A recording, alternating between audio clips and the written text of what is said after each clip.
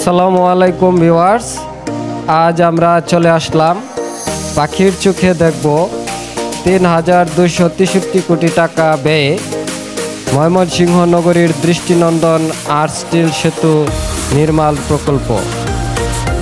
ইতিমধ্যে আমরা পাইলিং এর কাজ চলমান অবস্থায় দেখতে পাচ্ছি। দ্রুত গতিতে আমাদের স্বপ্নের সেতুটির কাজ দৃশ্যমান হচ্ছে।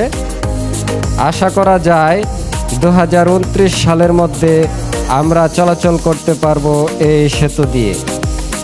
এই রকম দৃষ্টিনন্দন ভিডিও দেখতে চোখ রাখুন আমাদের ওডিএম ফ্লাই পেজ এ।